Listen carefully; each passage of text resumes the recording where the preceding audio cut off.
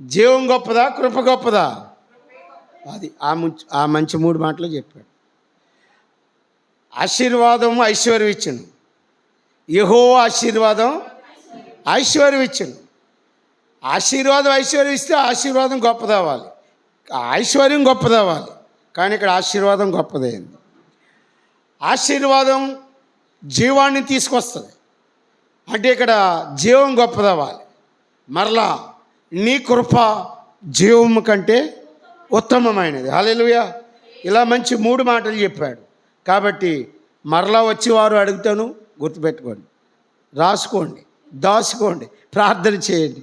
హల్లెలూయా. అయితే నేను కూడా కృప కోసమే రాసుకున్నాను అన్నాను. కానీ ఈరోజు ఉదయం సేవకుల మీటింగ్లో మాట్లాడినప్పుడు ఒక అద్భుతమైన ఆలోచనతో అదే అధ్యాయంలోంచి ఒక అద్భుతమైన ఆలోచన దేవుడిచ్చాడు. ఆల్రెడీ ఉదయం సేవకుల మీటింగ్లో మాట్లాడాను. ఇప్పుడు కూడా ఆ వాక్యాన్ని చూసుకుందాం. చక్కగా చూడండి. ఆదికాండం 6వ అధ్యాయం 1వ వచనం. నరులు భూమి మీద విస్తరింపనారంభించిన తరువాత కుమార్తెలు వారికి పుట్టినప్పుడు దేవుని కుమారులు నరుల కుమార్తెలు చక్కని వారిని చూచి వారందరిలో తమకు మనస్సు వచ్చిన స్త్రీలను వివాహము చేసుకొనిరి. హల్లెలూయా. ఈ 2 వచనాల సారాంశంలో చాలా మర్మము దాగి ఉంది, దేవుని కోపము దాగి ఉంది, దేవుని ఉద్రేకత దాగి ఉంది. జాగ్రత్తగా ఏమనండి, ఇక్కడ జాగ్రత్తగా ఏనండి. నరులు భూమి మీద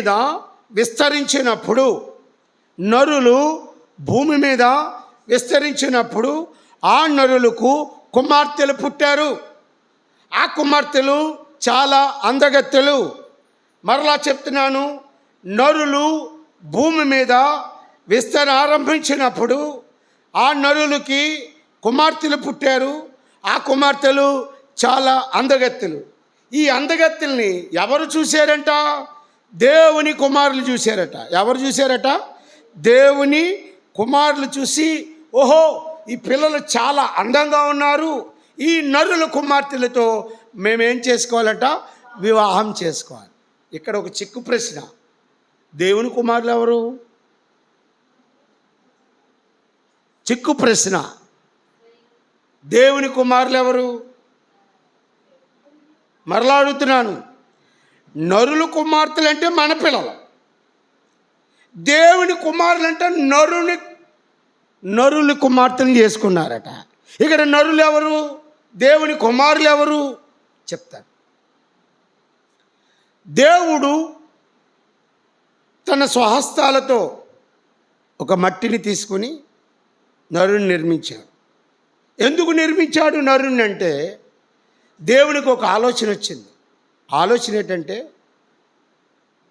100 కోట్ల మంది సమూహంతో ఉన్న పరలోక రాజ్యం, దేవదూతలు 100 ప్రకటన గ్రంథంలో ఉంటుంది. నేను బైబిల్లో చెప్తున్నాను, నిన్న పాస్టర్ గారు బైబిల్లో లేని చాలా చెప్పాడు. ప్రకటన గ్రంథంలో 100 కోట్ల మందితో దేవదూతలు, క్షమించండి, 1 కోటి మంది దేవదూతలు, 1 కోటి మంది దేవదూతలతో దేవుణ్ణి పరిశుద్ధుడని కొనియాడబడుతున్నాయట. ఈ వాక్యం అయిన తర్వాత ఆ రెఫరెన్స్ మీకు చూపెడతాను. ప్రకటన గ్రంథంలో ఉంది, తర్వాత చూపెడతాను. ఈ దేవదూతలు మహిమ కలిగి రెక్కలతో, ఎన్ని రెక్కలు? 6 రెక్కలు. మొదటి 2 రెక్కలు ముఖంతో దాచుకుంటాయి, దేవుని చూడలేక. రెండు రెక్కలు కోళ్ళ కింద ఉంటాయి. మిగతా 2 రెక్కలతో ఎగురుతూ దేవుణ్ణి స్తుతిస్తూ ఉంటాయి. ఇలా 1 కోటి మంది దేవదూతలు దేవుణ్ణి స్తుతిస్తూ ఉంటే, ఇప్పుడు దేవదూతలకు ఉన్న ముఖాలు దేవుని కనపడతలేదు. లాజిక్కే నేను మాట్లాడేది, బల్లగుద్ది చెప్పడం లేదు. ఎందుకంటే ఇది మళ్ళీ అప్లోడ్ చేస్తాను సాయంత్రం. ఈ 1 కోటి మంది దేవదూతలు 6 రెక్కలతో తన ముఖాలను కప్పుకుని దేవుని చూడలేకపోతున్నాయి. కానీ స్తుతి వినబడుతుంది. ఏంటి స్తుతి? పరిశుద్ధుడు పరిశుద్ధుడు పరిశుద్ధుడని నిత్యము దూతలతో కొనియాడబడుచున్న గడప కమ్ముల పునాదులు వణుకున్నట్లుగా ఆరాధన చేస్తున్నాయి. అయితే దేవునికి వచ్చిన ఆలోచన ఏంటంటే, నాకు మహిమ ఉంది, దేవదూతలకి మహిమ ఉంది. దేవదూతల మహిమ కంటే నా మహిమ అధికమైంది. కాబట్టి ఈ దూతల యొక్క స్థుతి దేవునికి ఇంట్రెస్ట్ లేదేమో. వాళ్ళ ముఖాలు కనపడతలేదు కదా. ఇప్పుడు తలుపు చాటును దాక్కుని మాట్లాడేది ఆడవ మగో తెలదు. ఎందుకంటే గొంతులు మార్చి మాట్లాడచ్చు. అందం ఉందో అందం లేదో తెలదు. ఎదురుగుంటేనే కదా వచ్చి తెలిసేది. దేవుడికి ఆశ కలిగింది, ఈ రాజ్యంలో నేను ఎలాగ ఉన్నాను, మరొక రాజ్యాన్ని స్థాపిద్దాం. ఆ రాజ్యం పేరు భూలోక రాజ్యం. ఏ రాజ్యం అండి? మరొక రాజ్యాన్ని స్థాపిద్దామని, ఆ రాజ్యం పేరే భూలోక రాజ్యం అని ఒక రాజ్యాన్ని స్థాపించాడు.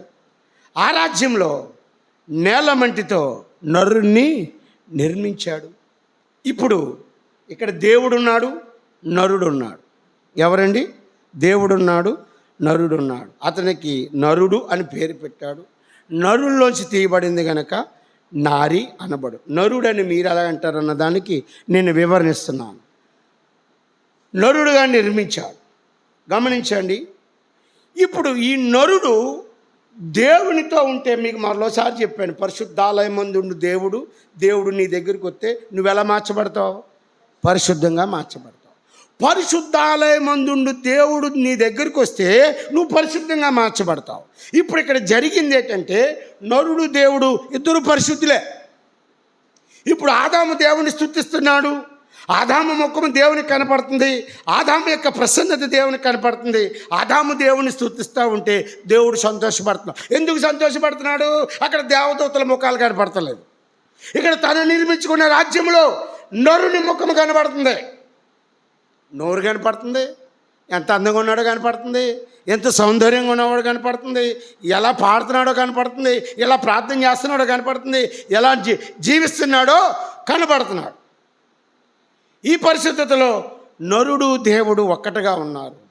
దేవుని ప్రసన్నత నరుని పైన ఉంది. ఇక్కడ వచ్చిన సిక్కేటంటే, ఆ పండు తినొద్దు అన్నాడు. ఏ పండు? ఆ పండే. ఏ పండు? ఆ పండే. తెలివితేటలనిచ్చు, మంచి చెడునిచ్చు, జీవ వృక్ష ఫలం తినొద్దన్నాడు. మానవుడు నరుడు తినేశాడు.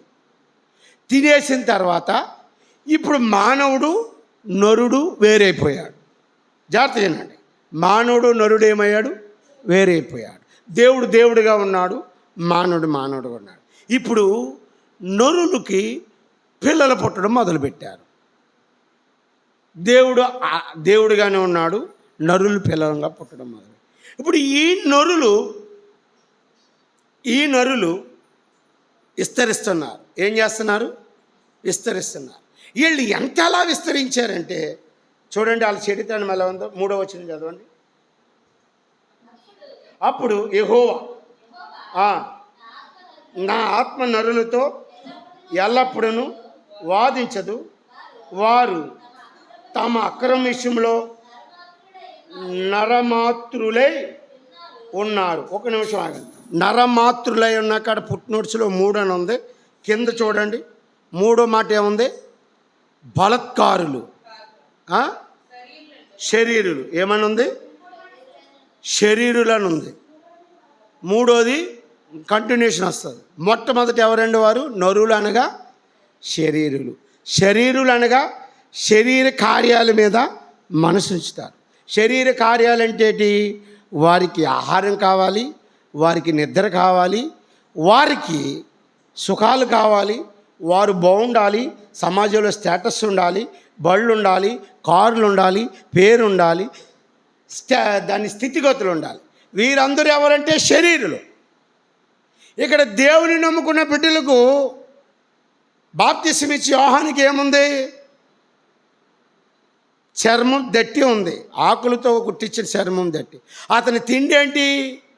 మిడతలు, అడవి తేనె. వీళ్ళు దేవుడు బిడ్డలు. దేవుని కుమారులు ఎవరన్నది కదా, వీళ్ళు దేవుడి బిడ్డలు. ఏలియాకి ఒక్కరోజు భోజనం పెట్టింది బదిరి వృక్షం కింద. ఎవరు? దేవదూత వచ్చి. ఎన్ని రోజులు ప్రయాణం చేశాడు? 40 దినాలు ప్రయాణం చేశాడు. అంటే ఈ ఒక్క దినం తిని మిగతా 40 దినాలు ఏలియా తినలేదు. ఏలియా ఏం చేశాడంటే, ఏలియా నువ్వు 40 దినాలు ప్రయాణం చేసి ఎలీషా ఉంటాడు, ఎలీషా నీ తర్వాత ఎలీషాను అభిషేకించు. తర్వాత నింషి కుమారుడు యెహూ ఉంటాడు, ఈ పట్టణానికి రాజుగా అభిషేకించు. ఇలాగా కొన్ని బాధ్యతలను, అజయేలు కుమారుడు అజయేలు ఉంటాడు, అతన్ని నాయకుడిగా నిలబెట్టు అని చెప్పినప్పుడు దేవుని మాట తూచా తప్పకుండా వెళ్తూ ఆ 40 దినాలు అన్నం లేకుండా ప్రయాణం చేశాడు. ఇది దేవుని కుమారుడు. పద్మాసు దీపంలో యోహాను చీకటి గదిలో సంవత్సరాల తరబడి ఉండిపోయి వెలుతురు లేని ప్రాంతంలో ప్రకటన గ్రంథం రాశాడు. ఈయన దేవుని కుమారుడు. 40 + 40 80 దినాలు సీనాయి పర్వతం మోసే తిండి తిప్పలు లేకుండా దేవునిచ్చిన ధర్మశాస్త్రం కొరకు కనిపెట్టాడు. ఈయన దేవుని కుమారుడు. సత్యజావు బతికితే బతుకు, నేను చెప్పిన దేశం నువ్వు వచ్చేయి అని అబ్రాహాంతో అన్నప్పుడు అబ్రాహాం వచ్చేసాడు. ఇతను దేవుని కుమారుడు. యబ్బోకు రేవు యొద్ద నీవు నన్ను ఆస్వాదిస్తేనే కానీ నేను పోనేవను, నన్ను వదిలేరా బాబు, నేను నిన్ను వెళ్ళకపోతే నీ తోట ఎరగొట్టేస్తాను. ఎరగొట్టుకుంటే ఎరగొట్టుకో, కుంటోనైపోయినా పర్లేదు. దేవుని వాగ్దానం పొంది మోసగాడు ఇశ్రాయేలుగా మారి బయటకు వచ్చిన యాకోబు ఎవరండి? దేవుని కుమారులు. ఎవరండి? ఏళ్ళు దేవుని కుమారులు. సింహాలు గజగజ గజగజ గజ వణికించేస్తున్నా సరే ఆ బోనులో ఉండి నవ్వుతా ప్రార్థన చేసిన దానియేలు దేవుని కుమారుడు. మేము సామాన్య వస్తాం కానీ ఈ ప్రతికము మొక్కం షడ్రక్ మేషకు అబ్దెనెగోలు దేవుని కుమారులు. తండ్రి వీరేమి చేస్తున్నారో వీరెరుగురు గనుక ఎందుకు క్షమించని సిలువ మీద వేలాడుతూ పలికిన మాట దేవుని కుమారులు. ఇప్పుడు దేవుని కుమారులు ఎవరో చెప్పాను. నరుల కుమారులు వద్దన్న పని చేసి ఆదాముకు అవ్వలు పుట్టిన కుమారులు దేవుని కుమారులు. మోసే సీనాయి పర్వతం ఎక్కినప్పుడు ఆ మోసే ఏమైపోయాడో మనకు తెలీదు. మీ ముక్కుల్లో ఈ మూకుతుల్లో ఈ కాలుకున్న ఇచ్చేయండి అని ఆ బంగారంతో దూడను చేసుకుని ఈ దేవుడే మనల్ని ఐగుప్తు నుంచి రప్పించాడని అహరోనుతో సాంగత్యం చేసి డాన్సులు ఆడుతూ తినుతూ తాగుచూ పెండ్లి చేసుకుంటూ విచ్చలవిడి శృంగార జీవితాల్లో గడుపుతూ మత్తులో గడుపుతూ దేవుని ఉగ్రతకు గురైన ఆ ప్రజలు నరుల కుమారులు. ఇప్పుడు దేవుని కుమారులు ఎవరో చెప్పాను, నరుల కుమారులు ఎవరో చెప్పాను. ఇప్పుడు వీళ్ళిద్దరూ ఏమయ్యారంటే దేవుని కుమారులు వచ్చి నరుల కుమార్తెలను పెండ్లి చేసుకున్నారు. చదవండి లూకా రాసిన సువార్త 17:26-27 వచనాలు. లూకా రాసిన సువార్త 17:26-27 వచనాలు. నోవాహు దినములలో జరిగినట్టు మనుష్య కుమారుని దినములో జరుగును. నోవాహు వాడలోనికి వెళ్ళి జనులు తినుచు త్రాగుచు పెండ్లాడుచు పెండ్లికి ఈబడుచు ఉండిరి. అంతలో జల ప్రవాహము ప్రళయము వచ్చి అబ్బా చాలండి. నోవాహు దినముల్లో జరిగినట్టు మనిషి కుమారుడు దినములో జరుగును. మనిషి కుమారుడు దినాలంటే నోవాహు దినాలు అయిపోయాయి. ఎప్పుడో ఆదికాండం 6వ అధ్యాయం 7వ అధ్యాయం 8వ అధ్యాయంలో క్లోజ్ అయిపోయింది. మరి మనిషి కుమారుడు దినాలంటే ఇవే ఏంటండి? ఇవే నోవాహు దినాలలో జరుగునట్లుగా మనుషులు తినుచు త్రాగుచు పెండ్లి చేసుకొనుచు పెండ్లికి ఇవ్వబడుచు. చదవాల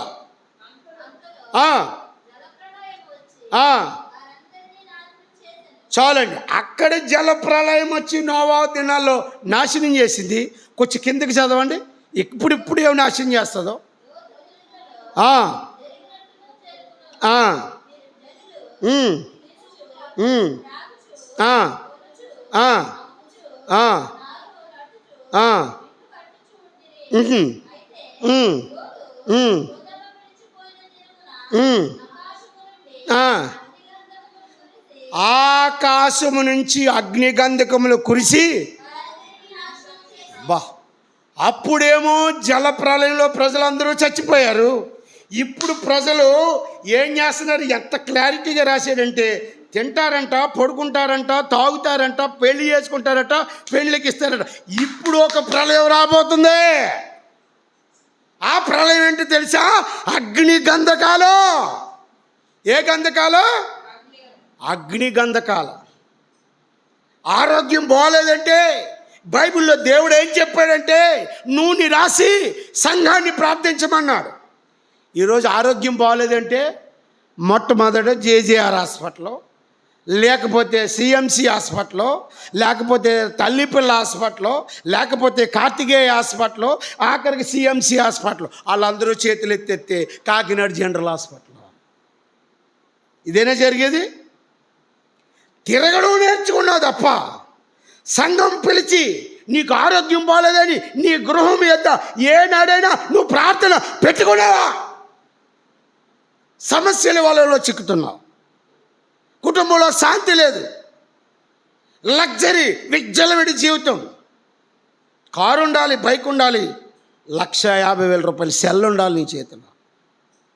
1,50,000 సెల్ అయినా, 500 డబ్బా పోయినైనా, యువతల నుంచి హలో అంటే అవతల నుంచి హలో అయినా వినబడుతుంది, వేరేగా వినబడుతుందా?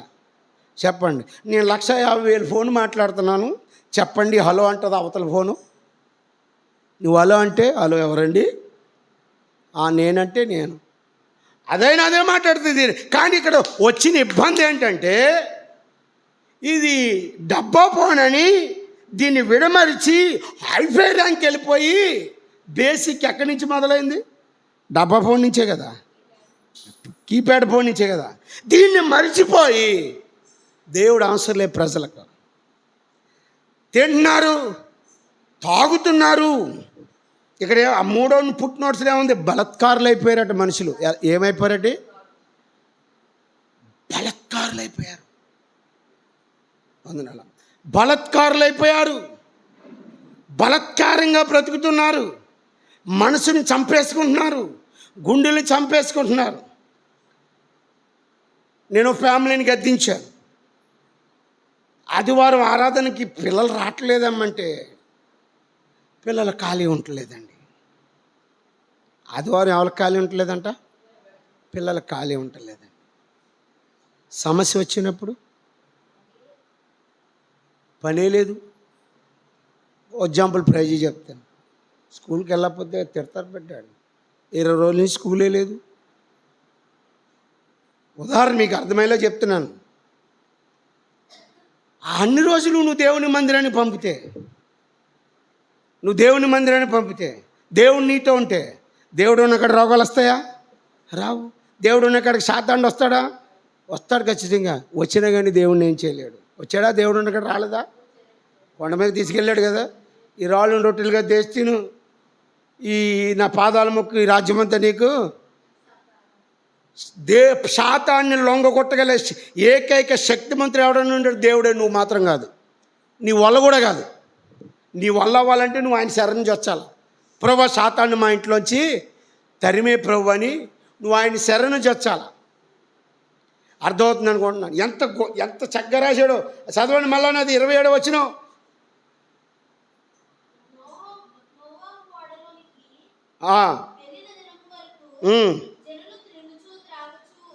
ఇంకా కింద చదవండి. లోతు సందర్భం. చూడండి. తినుచు, త్రాగుచు, కొనుచు, అమ్ముచు జరుగునట్లు. ఆగండి అమ్మా. జనులు తినుచు కడుపు నిండుకుంటున్నారు, త్రాగుచు అది మంచినీళ్ళు అనవచ్చు, మందు అన్నవచ్చు, కొనుచు మంచి పర్చేసింగ్. ఎలాగా? ఓన్లీ అమెజాను, ఫ్లిప్కార్టు, ఇంకా ఏమో ఉన్నాయి కదా. కొనుచు, అమ్ముచు వ్యాపారస్తులు ఎంతమంది వచ్చేస్తున్నారు చూడండి ఇందులో. అమ్ముచు, నారు నాటుచు, ఇండ్లు కట్టుచు నుండిరి. ఇల్లులు కడుతున్నారు కదండి, ఎంత కన్స్ట్రక్షన్ జరుగుతుందో చూస్తున్నారు. అయితే లోతు సొదొమను విడిచి, దేవుడు పరలోకాన్ని విడిచి, దేవుడు ఇక్కడికి వచ్చిన దినమున ఆకాశం నుండి, అబ్బా, ఆకాశం నుండి ఏమొస్తాయట? అగ్నిగంధకాలు నీ మీద, నీ ఇంటి మీద, నీ కుటుంబం మీద కురిస్తే నువ్వు నిలబడగలవా? కాలిపోతావు, జాగ్రత్త. చచ్చిపోతావు, జాగ్రత్త. చచ్చిపోతే ఇంకేముండదు, తీసుకెళ్ళి గోతులో పడి చేయడమే. ఈ మధ్య ఒక మంచి రాజకీయ నాయకుడు ముద్రగడ పద్మనాభం గారు చనిపోయారు. మంచి పేరుంది, 4 సార్లు ఎమ్మెల్యే, ఒకసారి ఎంపీ, మంచి పేరు ప్రతిష్టలు ఉన్నాయి. చనిపోయాడు, మనుగడ అయిపోయింది, గోతులోకి అప్పడేశారు ఆయన. వెళ్ళాము, దండాలు పెట్టుకుని రావడం తప్ప ఇంకేం ఉండదు. నీకు విజన్ ఉంటుంది, నేను ఎలా బ్రతకాలని, నేను ఉండాలా, నేను రాజసంగా ఉండాలని నీకు ఒక విజన్ ఉంటుంది. ఆ విజన్ నెరవేరాలంటే ఈ అగ్నిగంధకాలు నీ మీద కొరకూడదు. ఈ అగ్నిగంధకాలు నీ మీద కొరకూడదంటే నరులు బిడ్డలు, దేవుని బిడ్డలు నరులతో కలవకూడదు. అయ్యో వాళ్ళ నరులు మేము నరులు కదంటే, నువ్వు దేవుని ఆలోచనలు కలిగి ఉంటే. చాలామంది భక్తులను చూపించాను, అబ్రాహాముని చూపించాను, యాకోబుని చూపించాను, మోషేని చూపించాను, దానియేలుని చూపించాను, షడ్రక్ మేషక్ అబేద్నెగోని చూపించాను. వీళ్ళందరూ దేవుని కొరకు త్యాగం చేసిన బిడ్డలు. బతకలేదా? అబ్రాహాం 100 సంవత్సరాలు బతికాడు, నోవహు 100 సంవత్సరాలు బతికాడు. బతకలేదా? నువ్వు బ్రతుకుతావు. అగ్ని గంధకాలు నీ మీద కొరకుండాలంటే నీ ఇంట్లో దేవుడు ఉండాలి. అగ్ని గంధకాలు నీ మీద కొరకుండా ఉండాలంటే నీ ఒంట్లో దేవుడు ఉండాలి. అలా ఉన్న ఇంట్లోనే అన్నీ బాగుంటాయి. మీ కుటుంబ పరిస్థితులు, మీ కుటుంబ ఇబ్బందులు దేవుని దూరం చేసే పరిస్థితులు కాకూడదు. రోజులు బాగాలేదమ్మా, చేతులు ఎత్తి మొక్కుతున్నాను, చచ్చిపోయేవాళ్ళు చచ్చిపోతున్నారు. అంత ఘోరవ తెలుసండి. దుఃఖ దినాలు అంటారు తెలుసా? దావీదు చచ్చిపోయినప్పుడు యాబేషు వారు 7 దినాలు దుఃఖ దినాలు పాటించారు, తన సంతతి కాకపోయినా. 40 దినాలు 2 నెలలో అన్నం తినేవారు కాదు. ఈ పక్క శవం, ఈ పక్క క్యాటరింగ్ భోజనాలు. అబ్బాయి ఎంత దారుణో తెలుసండి. చచ్చిపోతావా పూట అన్నం తినకపోతే? చచ్చిపోతారా పూట అన్నం తినకపోతే? ఇక్కడ తల్లి చచ్చిపోయిందని ఏడుతుంది పొలవమని అలా ఆయన ఇక్కడి నుంచి సిగ్నల్ ఇచ్చాడు. ఆ గదిలోకి వెళ్ళిపోయి టిఫిన్ తినేసి కడుపు నిండా నీళ్ళు తాగేసి మళ్ళీ తల్లి దగ్గరికి వచ్చి ముసిగా. ప్రేమలో చచ్చిపోయండి. ఏం చచ్చిపోయాయి? ప్రేమలో చచ్చిపోయండి. మన ఈ మధ్య రీసెంట్గా మా ఊర్లో ఒక బరియలు చేశాం. తల్లి చచ్చిపోయింది. నవ్వుకున్నాడు కుమారుడు తల్లి శవం దగ్గర. జోకులు పక్కన వాళ్ళు జోకులు వేస్తున్నారు, ఇంకా గోతులో పెట్టలేదు. వాళ్ళు జోకులు వేస్తే కుమారుడు ఏం చేస్తున్నాడు? వేదన ఉందా? కన్నది కదా, పెంచింది కదా, వేదన ఉందా? తల్లి చచ్చిపోతావు, జాగ్రత్త. నువ్వు దేవుణ్ణి ఏ రోజైతే ఇడిచి మెరిగావో అగ్నిగంధకాలు కురిసి చచ్చిపోతావు, జాగ్రత్త. మీకోసమే కాదు, లైవ్ చూస్తారు. 120, 130 మందికి వెళ్ళింది ఈ మధ్య. ఆ మధ్య 40-30 దగ్గర ఆగిపోయింది. మళ్ళీ ఈ మధ్య యూట్యూబ్ వాడికి నా మీద ప్రేమ వచ్చిందో, ప్రేక్షకులకు నా మీద ప్రేమ వచ్చిందో తెలియదు కానీ ఒక 120 మంది దగ్గరికి వెళ్తుంది. ఒకప్పుడు 500-600 చూసేవారు. ప్రజలకు అంత తీరిక లేదు. చచ్చిపోతారు, జాగ్రత్త. దేవుడు లేకపోతే ఎలాగైపోయినట్టు నలుగురు ఆరోగ్యంలో బలాత్కారులు అయిపోయారట. ఏమైపోయాడు? దేవుడు నిర్ణయం తీసేసుకున్నాడు. ముగింపులోనికి వస్తాను, ఇంకా 5 నిమిషాలు 10 నిమిషాలు ఉంది. 5వ వచనం చదవండి, ఆదికాండం.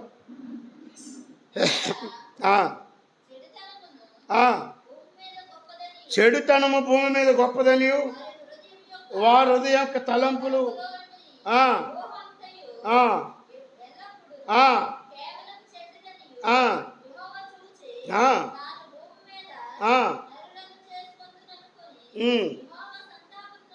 యెహోవా ఏం పొందాడట? సంతాపం పొంది ఆ, ఆ, ఆ, ఆ, ఉమ్, ఉమ్, ఉమ్. ఈ మాటే కోసమే ఆ మాట చదివిచ్చాను. ఇప్పుడు తప్పు చేసింది ఎవడు? మనిషి, నరుడు. ఇంకా మనిషితో పాటు ఎవరిని చంపేద్దాం అనుకుంటున్నాడు? భూమి మీద ఉన్న ప్రతి జంతువుని నేను సంతాపం నొందాను. ఈరోజు దేవుడు చెప్తున్నాడు, నా మందిరంలో ఇన్ని కుర్చీలు ఖాళీగా ఉన్నాయి, నా దేవుడు సంతాపం నొందాడు. మంచి మందిరాన్ని ఇచ్చాను, మంచి సేవకుని ఇచ్చాను, మంచి వాక్యం ఉన్నది ఉన్నట్లుగా వాక్యంలోనే చూపించే సేవకుని ఇచ్చాను. నేను నా మందిరానికి రాని బిడ్డలు బట్టి నేను సంతాపం ఉందానని దేవుడు నీ కుటుంబాన్ని ఏమన్నా చేస్తే నేనెంత ఏడాలి, మీరెంత ఏడాలి? తప్పు చేసిందేమో నరులు, శిక్షమో జంతువులుగా. ఈ నరుని బట్టి దేవుడు సంతాపం ఉంది, అందరినీ చంపేద్దాం అనుకున్నాడు. అది సత్య చెప్తాం. సత్తే ఏమవదు, ఇక్కడ నిన్ను కప్పెడేస్తారు. అక్కడ ఉంటుంది నీకు తందంతానా. మేము పైకి వెళ్తాం, నువ్వు కిందకి వెళ్తావు పాతాళంలోకి. నిత్య నరకాగ్నిలోకి వెళ్తావు. అగ్ని ఆరదు, పురుగు సావదు. ఈ ఎండకే అన్ని షాపుల్లోని వాటర్ బాటిళ్ళు, కూలింగ్ సోడాలు, మళ్ళీ అందులో నిమ్మకాయ, ఉప్పు, ఆటోస్ బాటిల్ ఏమి సేలండి. తట్టుకోలేకపోతున్నావే దాహాన్ని. అక్కడ తట్టుకుంటావా నువ్వు దాహాన్ని? నీ ఒంట్లోంచి పురుగులు వచ్చేస్తుంటే ఇలాగా దోషులు నిండిపోతుంటాయంట. ఇక్కడ చిన్న మచ్చ వస్తేనే మందు రాసేస్తావు, దుద్దేస్తావు. ఆ మచ్చలోంచి పురుగులు వచ్చేస్తుంటే కళ్ళొచ్చి పురుగులు, నోట్లోంచి పురుగులు. ఒకసారి పొద్దుడే వచ్చి నూనెలో వేపుతారు, పక్కన పెడతారు. నూనెలో వేపుతారు, చిన్న నూనె పడితేనే ఇంత బొబ్బ వచ్చేస్తుంది. వారం రోజులు బర్ణాలు రాసుకుంటావే. సత్యేస్తామండి, సత్యక్కడ ఏం కాదు. దీని బాధ అక్కడ ఉంటుంది. ఏటి దేవుడిచ్చిన అవకాశాన్ని ఎందుకు ఇలా పాడు చేసుకుంటున్నారు ప్రజలు? 24 గంటలు నిన్ను ఇబ్బంది పెట్టాడు దేవుడు. 2 గంటలేగా ఆదివారం, శుక్రవారం 2 గంటలు కదా. నిన్నేమి ఇబ్బంది పెట్టారు? నిన్ను భక్తిలో పెంచడానికే కదా, భక్తి మార్గంలో నిన్ను పెంచడానికే కదా. చచ్చిపోతారు, జాగ్రత్త ప్రజలారా. అగ్ని గంధకాలు కొరవబోతున్నాయి నా ప్రజలారా. ఇది నా మాటలు కాదు ప్రజలారా, ప్రకటన గ్రంథం చదవండి ప్రజలారా. సర్వనాశనం అయిపోతున్నారు ప్రజలారా. కోపాలు, తాపాలు. నీ ఇంట్లో ఇబ్బంది ఉన్నప్పుడు డ్యూటీ మానవు, పనులు మానవు, కాలేజీ మానవు. ఏం మానేస్తావు? మందిరం మానేస్తావు. ఫస్ట్ కోపం ఎవరి మీద? నాకే ఎందుకు ఈ శిక్ష చేసాడు? ఒకసారి పరీక్ష చేసుకోవచ్చు కదా వెనక్కి. శిక్ష చేసిన భక్తులు అందరినీ యోబు అలాగ అనుకుని ఉంటే పోను, అక్కడ పోను. ఎక్కడికి? అగ్ని ఆరదు, పురుగు చావదు. యెహోవా ఇచ్చెను. నేను తల్లి గర్భం నుండి ఎలాగైతే వచ్చానో, నేను దిగంబరిగానే వచ్చాను. అసలుకి మళ్ళా ఇలా మంచి మాటలు మాట్లాడు. మొదటి కోపం దేవుని మీద చూపించకండి నా ప్రియులారా. దేవుడు నీకోసమే ఉన్నాడు. మోషేని తిడతాడు, నా ప్రజలు నువ్వు ద్రోహులారా అంటావని. మోషేని ఎంత ఇసికించేశారండి ఇశ్రాయేల్ ప్రజలు. మోషే తరపున ఒక మాటలు మాట్లాడాడు దేవుడు. ప్రజలంటే దేవుడికి ఇష్టం. పొరపాటుని బలిపీఠం మీద ఉండి మిమ్మల్ని ఒక శాపవచనం అన్నానా, నాకుంటుంది నా సామిరంగా మామూలుగా ఉండదు. దంచి కొట్టుడు కొడతాడు. మీరంటే ఇష్టం దేవుడికి. మీకోసమే మందిరాలు కట్టించాడు, మీకోసమే కుర్చీలు ఏర్పాటు చేశాడు, మీకోసమే విలాసవంతమైన అందమైన సుందరమైన మందిరంగా దేవుడు తీర్చాడు. ఎవరి కోసం? మీకోసం. మీ తరపున దేవుడు అంత యుద్ధం చేస్తున్నాడే. దేవుని కుమారులు నరుని కుమారులతో కలిసిపోయారట. ఎవరితో కలిసిపోయారు? దేవుని కుమారులు నరుని కుమారులతో కలిసిపోయి పెళ్లి చేసుకున్నారట. ఇక్కడ ముగింపు ఇస్తున్నాను నేను. దేవుని మనసు ఏంటో తెలుసా? దేవుని మనసు ఏంటో తెలుసా? అందరూ బాగుండాలని. అమృతం గారు చాలా సంవత్సరాలు సంతోషం. ప్రార్థన చేద్దాం. దేవుని మనసు ఏంటో తెలుసా? అందరూ బాగుండాలని. నరుని మనసు ఏంటో తెలుసా? చెప్పాలి. దేవుని మనసు ఏంటో తెలుసా? అందరూ బాగుండాలని. నరులు మనిషి అంటే తెలుసా? నేనే బాగుండాలి. నేను కాదు, నేనే బాగుండాలి. ఎవరండి? ఎంత డిఫరెంటో చూడండి. నేనే బాగుండాలి. దేవునికి మానవుడికి ఎంత తేడా? నేనే బాగుండాలి. అయితే ఇలాంటి భయంకరమైన పరిస్థితుల్లో ఒక అద్భుతమైన సేవకుని లేపుకున్నాడు దేవుడు. ఆ మాట చెప్పి ముగించుకుందాం. ఆదికాండం 6:8. అయితే నోవాహు యెహోవా దృష్టి యందు కృప, చూడండి, అయితే యెహోవా దృష్టి యందు నోవాహు కృప పొందినవాడాయను. ఇందాక చెప్పుకున్నాం. ఆశీర్వాదం గొప్పదా? ఐశ్వర్యం గొప్పదా? ఎలాంటి కర్ర ఎక్కడ ఉంది? యెహోవా ఆశీర్వాదం, ఐశ్వర్యం ఇచ్చిన. ఇప్పుడు ఆశీర్వాదం గొప్పదా? ఐశ్వర్యం గొప్పదా? ఆశీర్వాదం గొప్పది. ఆశీర్వాదం గొప్పదా? జీవం గొప్పదా? జీవం గొప్పదా? కృప గొప్పదా? ఇన్ని మాటలు చెప్పి గొంతు కూడా పోయింది. ఇంత అరిస్తుంటే ఐశ్వర్యం చాలా గొప్పది. ఎక్కడ నీ ఐశ్వర్యం? నీ బండిలోను, నీ ఇంట్లోను, నీ ఏసీలోను, నీ 5 స్టార్ హోటల్లోను. అందులో రీకేప్ పడుతుంది తీరా. ఐశ్వర్యం గొప్పదట.